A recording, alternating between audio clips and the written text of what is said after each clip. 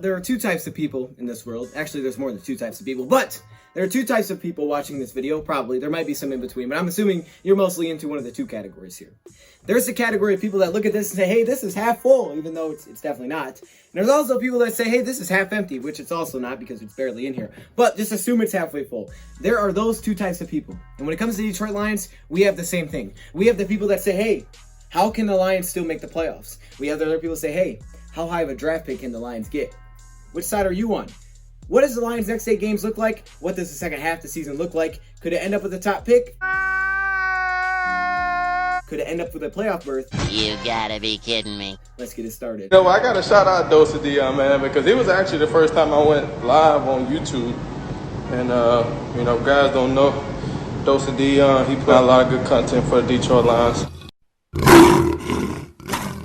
Welcome everybody to another video. Glad you guys are here. I hope you like my little cup thing. I should at least filled it up halfway so it's more realistic, but it's okay. It's okay. We're going to be talking about the Lions' final 8 games this season. And honestly, you really can't predict whether or not they should or should not win a game because right now, so far this season, we don't know. We don't know. They're beating teams they're not supposed to, and then they lose to teams they're supposed to beat, right? We don't really know what to expect for the Detroit Lions, and that's because that's kind of the team they are. They're kind of right on the line. They're a team that's, you know, inconsistent. They're right on the line. They're a team that can win games really close and lose games really close. They can win games they're not supposed to and lose games they're supposed to because that's kind of where they are. They're kind of like a teeter-tottering average team with Matthew Stafford, who's been a little inconsistent this year, and if we can get more consistent play, potentially we could get some more wins and string some together. Hopefully that is the case, at least on my side of things. But we're going to be taking a look at both sides of things. All right, we're going to take a look at both sides really quickly in today's video. And I want to touch on the Lions' final 8 games. There was a report put out by Adam Schefter today that said basically if there's any NFL games canceled in the regular season, then all of a sudden we will get 8 teams out of each conference in the playoffs. So here's my idea. Here's my foolproof plan. It's going to happen. It's really going to work. All Lions got to do is this. Win your next 4 games. Boom, you're 7-5. They're winnable games. Find a way to get the last 4 canceled. You're good to go. That's all you got to do. That's all I got. It's easy, right? It's simple. It's simple. No, probably not. Okay, that's probably not going to happen. But if you look at the Lions' last 8 games, here's what they look like. This week we have home game against Washington. Let's be real. This is the easiest team that we have left. If you lose to Washington, there's probably no reason to even talk playoffs. You should find a way to beat Washington. You really should.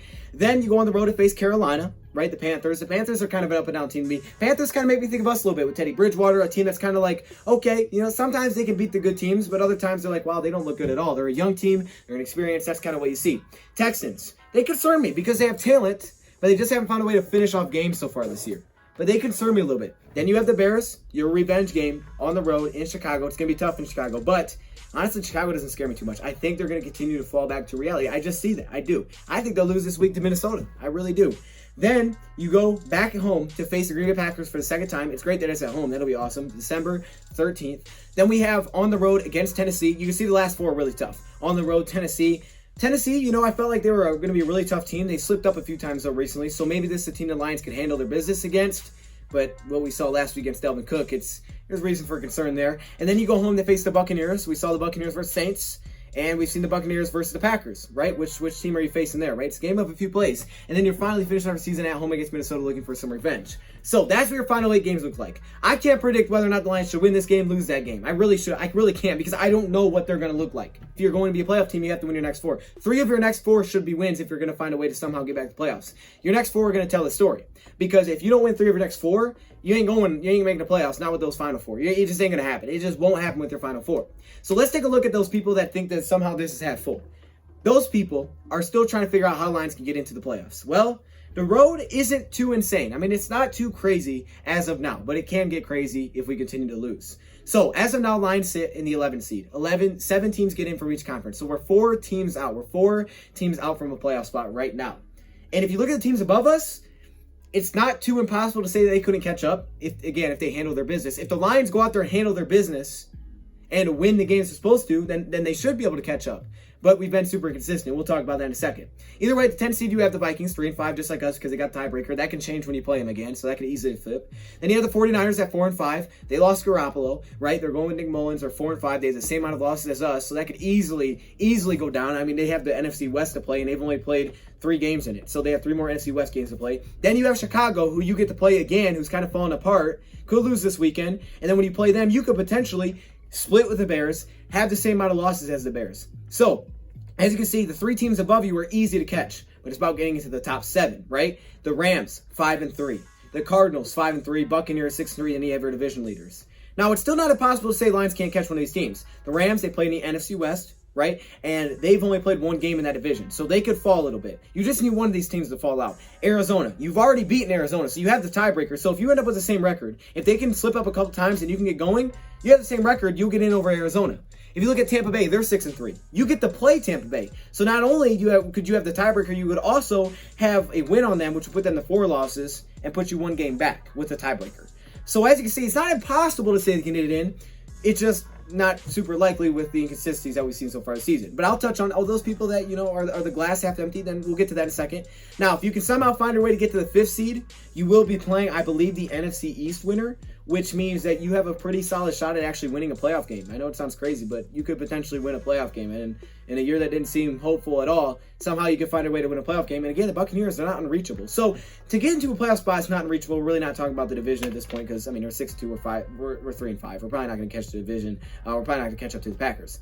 Now, how about those people that are looking at saying, hey, I just want to lose out and get a high draft pick? How high of a draft pick could the Lions get this season?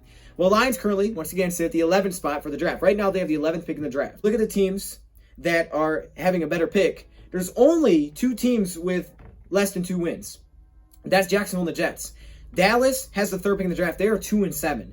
You could potentially, if you kept losing, get into a top 3 pick. You could get to a top 5 pick pretty easily because Washington sits at 5. And if you lost Washington, obviously that would hurt. So you could easily get into kind of a top 5 if you completely fell apart in the last 8 and you lost them all. Hopefully that's not the case. I mean, I don't want that to be the case, but you could. So for those people that want that to happen, it's still out there. So for both sides, the Lions sit right in the middle. I mean, they're a team that's like, okay, we could still make the playoff push if we can get more consistent. And we also could, lose out every game and potentially get a top 3 pick in the draft. So everything's kind of up in the air right now, but it's going to take a couple things. It's going to take 2 things for the Lions to turn this around. These 2 things will be the deciding factor on whether or not the Lions are talking draft or whether or not we're talking playoffs by next month. Really, yeah, next month. 2 things need this. 1, Matt Patricia needs to be a leader.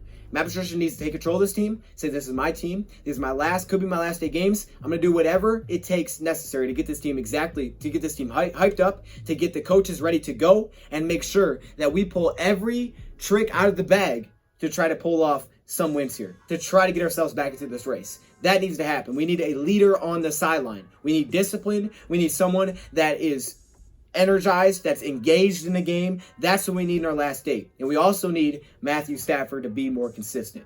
We can't have the turnovers. You take away some of these turnovers, you win some of these games, maybe. Obviously, we need to be better as a team. There's a lot of things to improve upon. We've shown flashes some places, some areas we haven't. But in reality, it's those 2 things that are going to hold it up. Matthew Stafford, can he have a better second half with more consistency? And can Matt Patricia be a leader of this team and say, this is my team? And we got some guys in there that want to be leaders. Deron Harmon, you got your Desmond Trufant saying it's not over yet. We still got 8 games. These guys want to be leaders, but Matt Patricia needs to take control of it. And offensively, Matthew Stafford just needs to take care of the ball. And all of a sudden, we could get ourselves back into it, or we could also find ourselves talking about the draft by next month. The main reason that I bring up Matthew Stafford and say that he needs to not turn the ball over as much is because if you look at our last playoff team, which was 2016, it was the stats that we looked at yesterday, and they're comparable pretty much everywhere in terms of run defense, rushing the ball offense. I mean, they're very comparable. That 2016 team in pretty much everything, it's about the same in every single thing. I mean, neither of these teams are great. They're pretty much below average in every category. But the difference is that team had 8 comeback wins, right? 8 or 9 wins were comebacks. And this team, they don't have as many comeback wins, right? You had to drop against Chicago. So we're kind of in that same boat right now. Now, that 2016 team won 8 of 9 games in the middle of the season. This is where the Lions need to find that. They got to find a way to pick it up right now. It starts this week, okay? The halfway point, it starts against Washington. You have to find a way to do what you did in 2016. Now, they lost their last 3, right? They lost their last 3, potentially last 4 because they lost a playoff game as well back in 2016. So maybe we don't have to back into the playoffs against Minnesota. Maybe we can find a way to win a football game. But the reason I say it's Matthew Stafford is because if you look back in 2016, we won a lot of those games, not in great fashion. A lot of teams that weren't that great, one of maybe ugly, really close. That's why it's 8 of 9 comebacks. But Stafford only had 10 picks in 16 games. This year he has 7 in 8 games. So if he can maybe throw, like last year, like that season, maybe 10 picks, maybe 3 more picks, that's it through the rest 8 games, last 8 games, if we can just get him to turn the ball over a little less, this team, maybe, because they have shown that they can keep games close without turnovers, maybe they all of a sudden could turn this thing around. I mean, that's the hope, is that they're that close, that they've been able to stay competitive. The games that they are, losing by multiple scores is usually when they have multiple turnovers.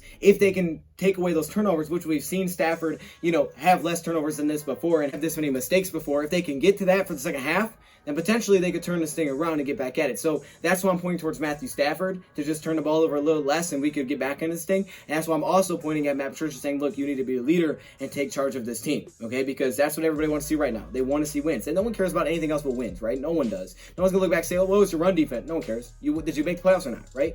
Show your leader, go win football games, whatever it takes. And even if they tell Matthew Stafford some kind of magical trick or something and not throw picks, and I don't know, whatever it takes, find a way. Okay, because last time we made the playoffs, we started 4-4. We're 3-5. We're almost at the same boat right now. So you got to find a way to go make it happen. Let me know your thoughts, comments below. Thank you for watching, and I'm out. Are you kidding me right now? I had to put my helmet on for this one. Are you kidding? Look at this. Look at all these members. What? Yo, hey, shout out to all the members, man. Look how many All-Pro members there are. Like, literally, it's the whole screen, dog. This is crazy. The patrons, of course, the Hall of Fame members, man. Y'all got the gold color. It's kind of yellow, but it's supposed to be gold. Shout out to all the members, man. If you want to be a part of this, all you got to do is join the channel. But there are perks that come with it. Stay locked in the community tab if you are a member, because that's where a lot of information comes out. I appreciate all of you. What?